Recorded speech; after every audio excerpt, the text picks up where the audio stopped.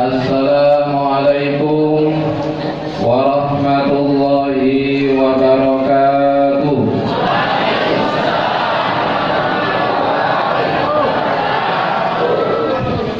Alhamdulillahilladzi khalaqal insana min sulalatin min tin wa khalaqal insana fi ahsani taqwim. Asyhadu an la ilaha illallah wahdahu la syarika lah wa asyhadu anna Muhammadan abduhu wa rasuluhu la nabiyya ba'da. Allahumma shalli wa sallim wa barik ala sayyidina Muhammad wa ala alihi wa ashabihi ajma'in. Qala Allah Ta'ala fil Qur'anil Karim, A'udzu billahi minasy syaithanir rajim. Bismillahirrahmanirrahim. Inna akramakum 'indallahi atqakum. Shadaqallahul adzim. Amma ba'du. Bapak-bapak, ibu-ibu yang dimuliakan Allah, selain tukang pijet pun kita bisa berprestasi. Misalnya kita kenal penyanyi terkenal. Siapa namanya? Siapa? Kenal namanya Sugro? Suaranya bagus sekali ya. Suaranya bagus sekali. Ada juga yang ahli musik. Siapa yang tahu? Ya, tunanetra yang ahli musik. Wah, ini saya malah nggak hafal. Ada juga tunanetra yang hafal Al-Quran 30 juz, betul? Apakah ada yang hafal Al-Quran 30 juz ini? Ngaco? Oh, ada yang juz 30 ternyata ya. Bukan 30 juz tapi juz 30. Saya pernah ada yang kenal itu ya. Jadi tunanetra tapi hafal Al-Quran.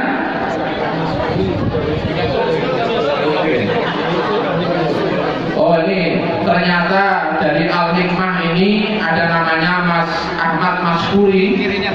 Nah, ini tunanetra ini ada di samping saya. Mohon maaf ini Mas Maskuri ini. Ini pengurus Al-Hikmah ahli musik. Alhamdulillah. Nah, ini yang lain juga bisa meniru, punya keahlian lain. Insya Allah kita akan diberi rezeki lancar oleh Allah Subhanahu wa Ta'ala. Allahumma. Menjadi tunanetra tidak usah sedih. Rizki itu di tangan Allah Subhanahu wa Ta'ala. Betul? Wa ma min dabbatin fil ardi illa 'alallahi rizquha. Apa-apa yang berjalan di muka bumi ini, rizkinya itu ditanggung oleh Allah Subhanahu. Kalau kita kerja, kita mencari rizki, sebenarnya kita itu tinggal menjemput rizki kita. Rizki kita sudah dijatahkan oleh Allah Subhanahu wa Ta'ala. Kita tinggal berikhtiar untuk menjemput rizki, disertai dengan berdoa kepada Allah Subhanahu wa Ta'ala. Ada yang susah, Pak. Kalau orang normal saja disuruh kerja cari duit yang halal saja susah, Pak. Apalagi yang terbatas seperti kita-kita ini, Pak. Gak apa-apa, tetapi kan pahala kita kan besar sekali. Tunanetra itu kalau bekerja, maka pahalanya melebihi orang yang biasa. Kita beri semangat.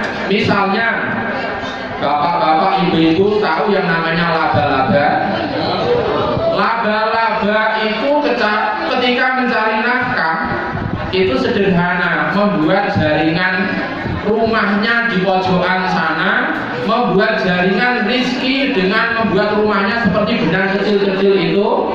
Kemudian dia ikhtiarnya, siapa tahu nanti ada rizki yang nyantol di sini. Ada nyamuk nyantol jadi rizkinya, ada lalat nyantol jadi rizkinya, ada hewan apapun nyantol situ jadi istrinya. Laba-laba tidak bisa pergi kemana-mana, tidak bisa naik kendaraan. Laba-laba tidak ada yang kuliah, bahkan laba-laba tidak ada yang punya keahlian pijat. Akan tetapi bisa hidup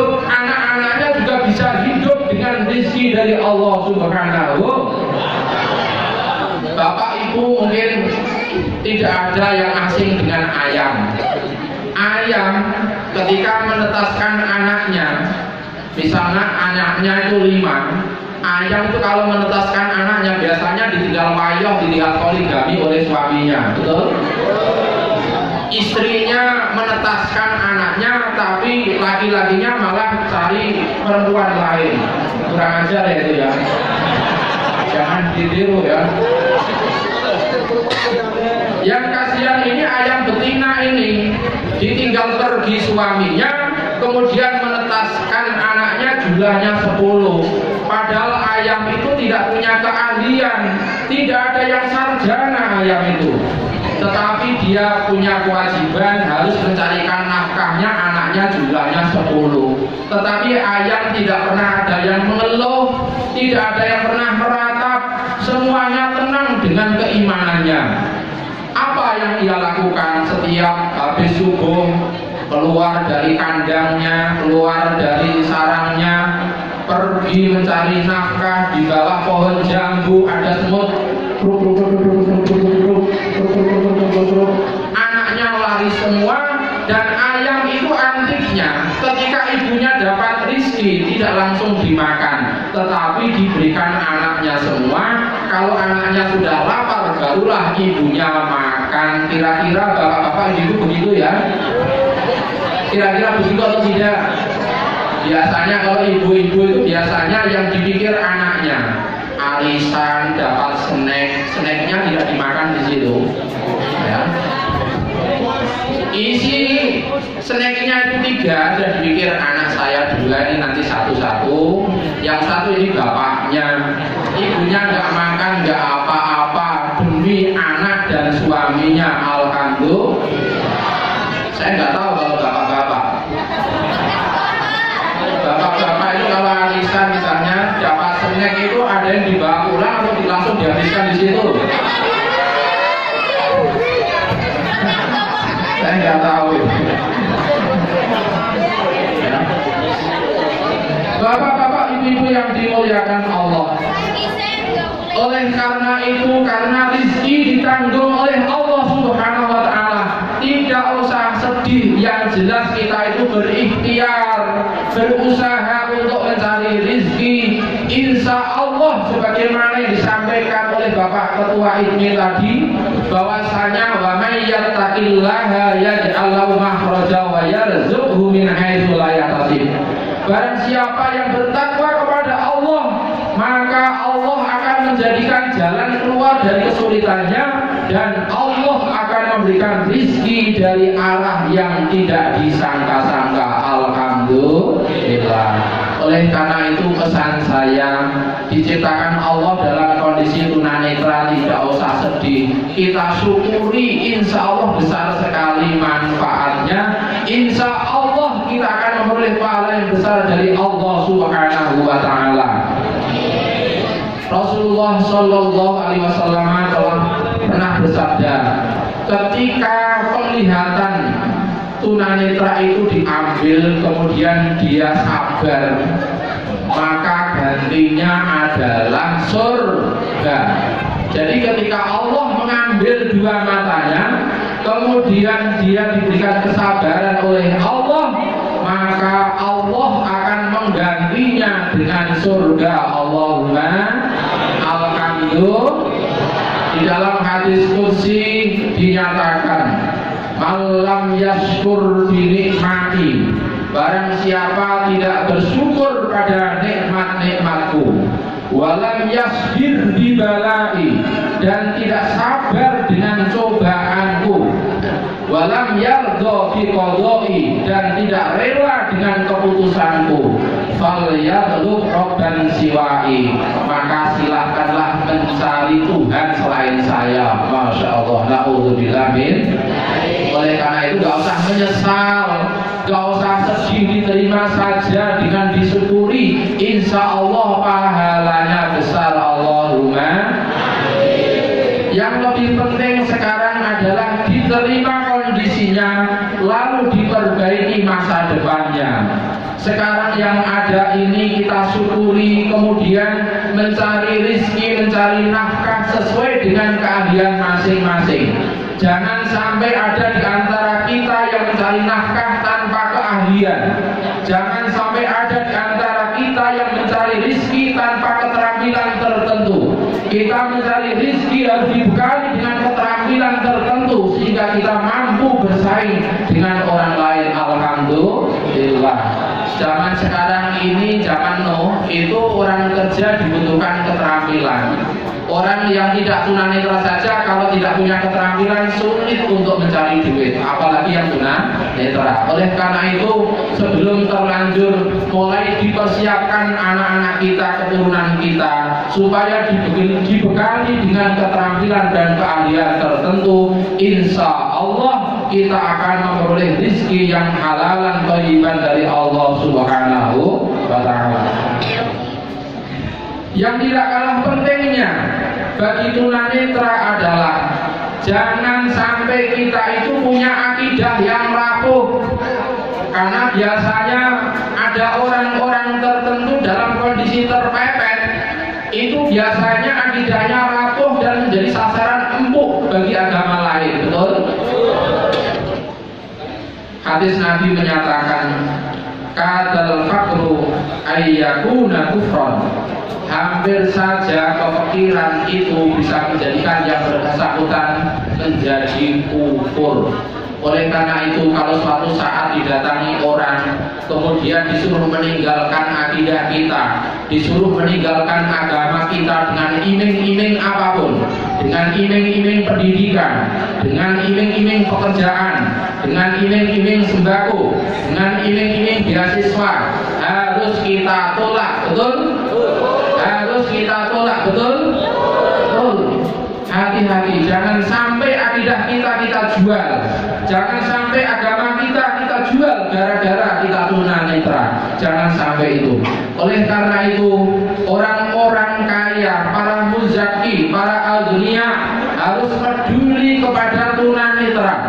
Karena tunanetra ini punya keterbatasan fisik, maka dalam asnaf yang 8 itu tunanetra bisa dikategorikan sebagai yang pertama adalah apa?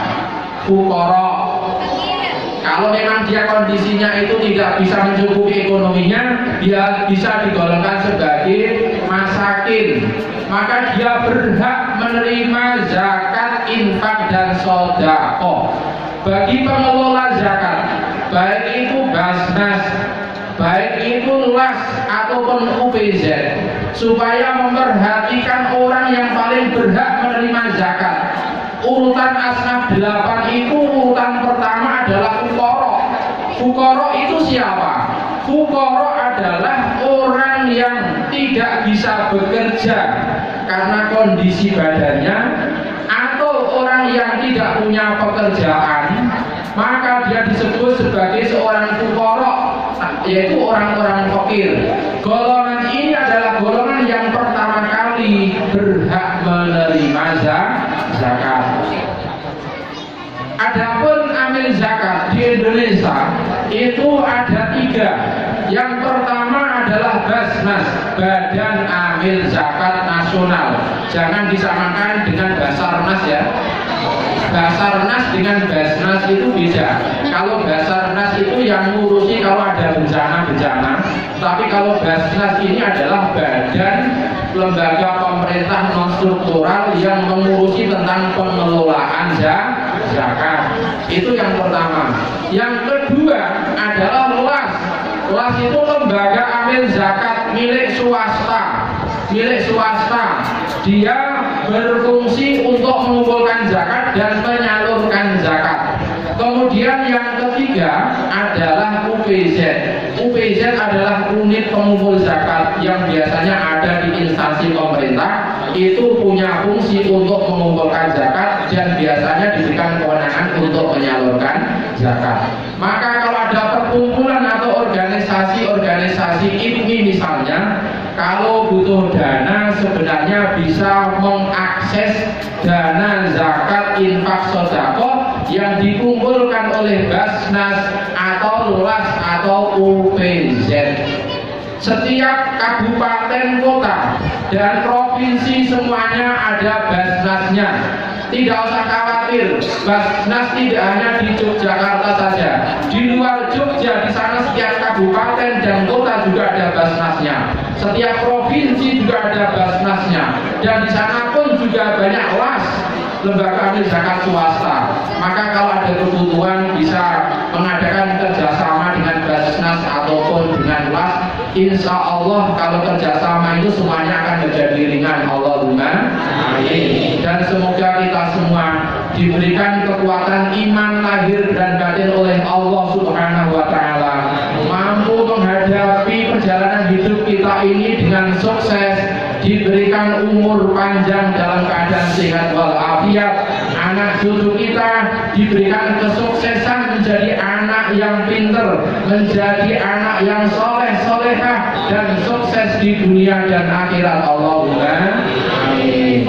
Bapak-bapak, ibu-ibu yang dimuliakan Allah, kayaknya demikian saja apa yang bisa saya sampaikan. Jika ada hal-hal yang kurang jelas nanti bisa ditanyakan. Jika ada kesalahan kami mohon maaf yang sebesar-besarnya. Bapak Muzahid, mohon maaf atas segala kesalahan dan terima kasih atas kehadiran bapak-bapak ibu semuanya yang kata Pak Widodo tadi jumlahnya sekitar 300 orang. Alhamdulillah. Semoga organisasi ini ke depan semakin berkembang, semakin bisa tolong menolong, bantu membantu di antara saudara-saudaranya. Allahumma amin. Wabillahi taufiq wal hidayah. Assalamualaikum warahmatullahi wabarakatuh.